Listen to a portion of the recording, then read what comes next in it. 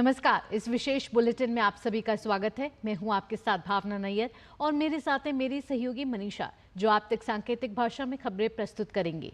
शुरुआत करते हैं इस विशेष बुलेटिन की सुर्खियों के साथ।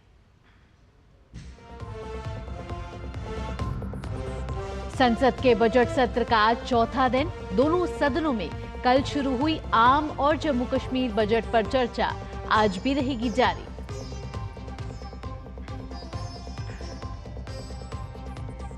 बीजेपी के संगठन मंत्रियों की 2 दिवसीय बैठक आज से पार्टी मुख्यालय में होगी शुरू। बैठक में लोकसभा चुनाव परिणाम की होगी समीक्षा।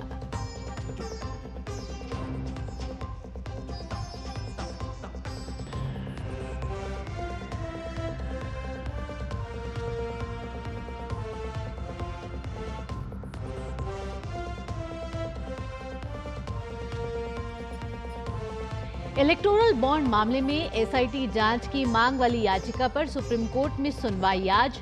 याचिका में बॉन्ड के जरिए चुनावी चंदे में करोड़ों रुपए के घोटाले का जिक्र।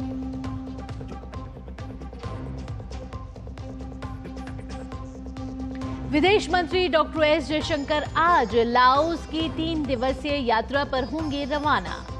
97वें आसियान विदेश मंत्रियों की बैठक में करेंगे शिरकत।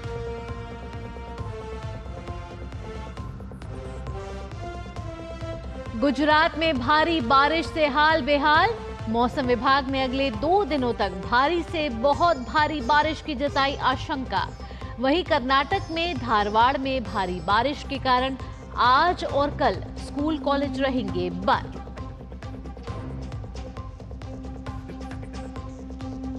खेल की खबरों में भारत आज से पेरिस ओलंपिक 2024 में अपने अभियान की करेगा शुरुआत। उद्घाटन से पहले तीरंदाजी के व्यक्तिगत रैंकिंग राउंड में दीपिका कुमारी, अंकिता भगत, भजन कौर और प्रवीण जाधव चुनौती करेंगे पेश।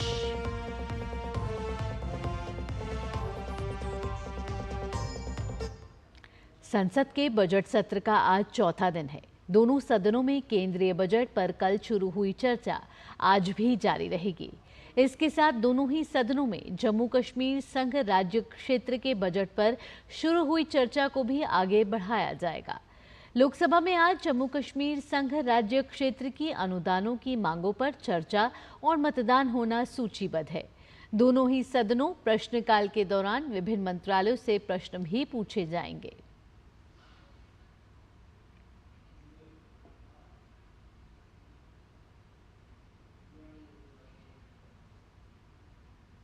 इससे पहले आम बजट को लेकर संसद के दोनों सदनों में सत्ता पक्ष और विपक्षी दलों के बीच तीखी नोकझोंक देखने को मिली। बजट में कई राज्यों की अनदेखी के विपक्ष के आरोपों को वित्त मंत्री निर्मला सीतारमण ने सिरे से खारिज किया, तो वहीं संसदीय कार्य मंत्री किरण रिजिजू ने विपक्ष के रवैये को निंदनीय बताया। इस बीच राज्यसभा में हंगामे पर सभापति जगदीप धनखड़ ने नियम 267 का उपयोग करने को लेकर बार बार हो रहे मांग पर नाराजगी भी जाहिर की। उन्होंने कहा कि केवल असाधारण परिस्थितियों में ही इसकी अनुमति दी जा सकती है। उधर लोकसभा में प्रश्नकाल के दौरान विपक्षी दलों के रुख पर लोकसभा अध्यक्ष ओम बिरला ने साफ कहा कि केवल प्रश्नकाल से जुड़े सवाल और जवाब दिए जाएं।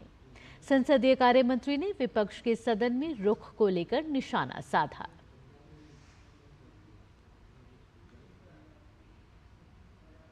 भारतीय जनता पार्टी के संगठन मंत्रियों की 2 दिवसीय बैठक आज से पार्टी मुख्यालय में शुरू होगी।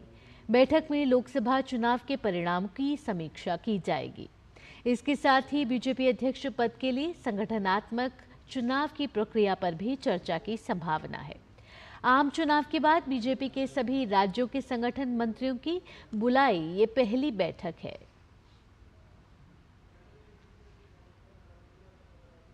इलेक्टोरल बॉन्ड के एवज में राजनीतिक दलों को कॉर्पोरेट कंपनियों की ओर से दी गई कथित रिश्वत की एसआईटी जांच की मांग वाली याचिका पर सुप्रीम कोर्ट आज सुनवाई करेगा।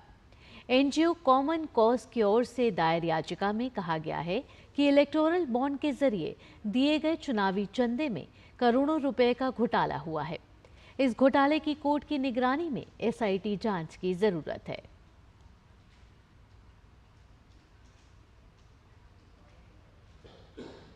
दिल्ली शराब नीति से जुड़े भ्रष्टाचार मामले में मुख्यमंत्री अरविंद केजरीवाल की सीबीआई की न्यायिक हिरासत आज खत्म हो रही है। 12 जुलाई को केजरीवाल की न्यायिक हिरासत बढ़ाई गई थी। कोर्ट ने वीडियो कॉन्फ्रेंसिंग के जरिए मामले पर सुनवाई की थी। इससे पहले 17 जुलाई को दिल्ली हाई कोर्ट ने अरविंद केजरीवाल की सीबीआई की गिरफ्तारी को चुनौती देने वाली याचिका और अंतरिम जमानत की याचिका पर अपना फैसला सुरक्षित रखा था। करीब 2.5 घंटे तक चली बहस के बाद कोर्ट ने कहा था कि जमानत याचिका पर सुनवाई 29 जुलाई को करेंगे। केजरीवाल को ईडी ने 21 मार्च को गिरफ्तार किया था। उसके बाद राउज एवेन्यू कोर्ट ने उन्हें कस्टडी में भेज दिया था। उनके खिलाफ दूसरा मामला सीबीआई का है।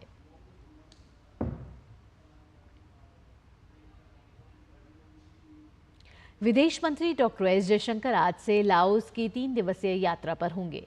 विदेश मंत्री लाओस पीडीआर के उप प्रधानमंत्री और विदेश मंत्री सलीमक्से कोमासित के निमंत्रण पर अगले 3 दिन वियतनाम पर जा रहे हैं। इस यात्रा के दौरान वे आसियान भारत पूर्वी एशिया शिखर सम्मेलन और आसियान क्षेत्रीय मंच के प्रारूप में आसियान ढांचे के तहत विदेश मंत्रियों की बैठकों में भाग लेंगे। कहा गया है कि यह यात्रा भारत के साथ गहरे जुड़ाव और आसियान भारत व्यापक रणनीतिक साझेदारी को आगे बढ़ाने के लिए हमारी मजबूत प्रतिबद्धता को दर्शाती है। खास बात यह है कि इस वर्ष भारत की एक्ट ईस्ट नीति का 1 दशक पूरा हो रहा है, जिसकी घोषणा प्रधानमंत्री मोदी ने 2014 में 9वें पूर्वी एशिया शिखर सम्मेलन में की थी। विदेश मंत्री द्वारा आसियान से संबंधित बैठकों के दौरान लाओ पीडीआर के वियतयाने में अन्य देशों के अपने समकक्षों के साथ द्विपक्षीय बैठकें करने की भी उम्मीद है।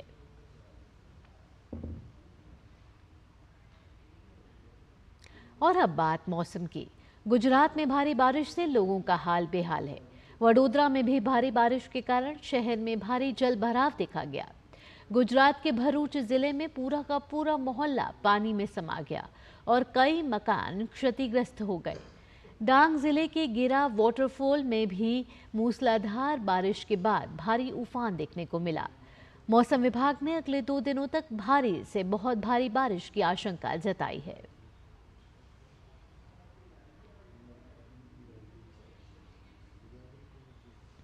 वहीं कर्नाटक के धारवाड़ में भारी बारिश का दौर जारी है। धारवाड़ प्रशासन ने बच्चों के हित को देखते हुए आज और कल स्कूल कॉलेज बंद रहने का आदेश जारी किया है। धारवाड़ जिले के सभी anganwadi, pre primary, primary, high school और पीयू कॉलेजों के लिए अवकाश घोषित करने का आदेश दिया गया है। साथ ही बच्चों की पढ़ाई अधूरी ना रह जाए, इसलिए अगले सार्वजनिक अवकाशों पर एक्स्ट्रा क्लास आयोजित करके इन छुट्टियों की भरपाई करने के भी निर्देश दिए हैं।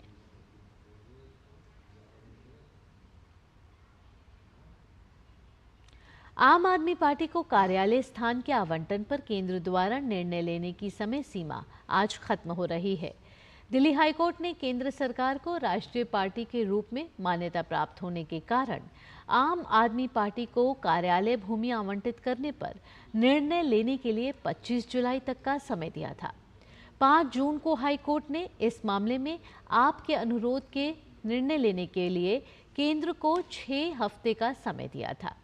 सुनवाई के दौरान आवास और शहरी मामलों के मंत्रालय के संपदा निदेशालय ने अदालत से 4 सप्ताह का और समय देने का अनुरोध किया था। निदेशालय ने कहा था कि वह नवनिर्वाचित सांसदों को आवास आवंटित करने के लिए कार्य में व्यस्त हैं। पीठ ने दोनों पक्षों को सुनने के बाद कहा था कि कार्यालय स्थान आवंटन मुद्दे पर निर्णय लेने के लिए निदेशालय को पर्याप्त समय दिया गया है और 4 हफ्ते का और विस्तार नहीं दिया जा सकता है। हालांकि पीठ ने मामले के समय, तथ्यों और परिस्थितियों पर विचार करते हुए समय अवधि 25 जुलाई तक बढ़ा दी थी।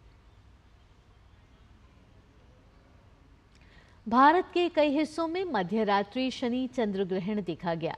18 साल बाद यह अद्भुत और दुर्लभ खगोलीय घटना देखी गई। शनि चंद्र ग्रहण को लूनर ऑक्लेटेशन भी कहा जाता है और इसको ऑक्लेटेशन ऑफ सैटर्न भी कहते हैं। ये भारत के कुछ ही शहरों में देखा गया है, जिनमें कोलकाता और दिल्ली जैसे शहर शामिल हैं। चंद्र ग्रहण कल मध्यरात्रि 1:30 बजे से शुरू हुआ। इसके 45 मिनट बाद 1:45 पर चंद्रमा ने शनि ग्रह को पूरी तरह से ढक लिया। फिर 45 मिनट बाद यानी कि 2:25 पर शनि ग्रह चंद्रमा के पीछे से निकलते हुए दिखाई दे रहा था। शनि का चंद्र ग्रहण तब होता है जब चांद अपनी ओट में शनि को छिपा लेता है।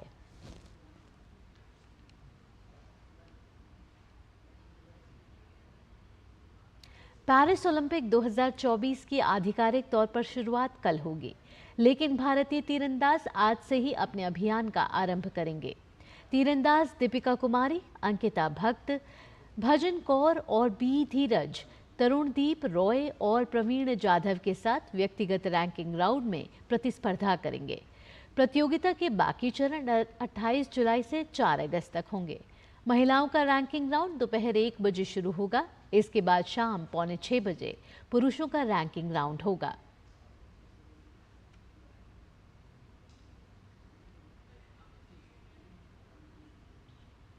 महिला एशिया कप 2024 के आखिरी ग्रुप स्टेज मुकाबले में श्रीलंका ने थाईलैंड को 10 विकेट से हराया है। इसके साथ श्रीलंका की टीम सेमीफाइनल में अपनी जगह बना ली है। श्रीलंका की ये तीसरी जीत है। इसके साथ उसने 6 अंक के साथ टेबल को टॉप किया है। अब सेमीफाइनल में उसका मुकाबला पाकिस्तान से होगा।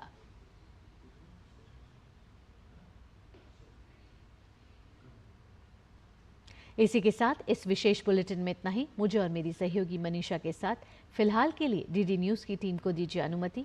खबरों का सिलसिला यूं ही जारी रहेगा। नमस्कार।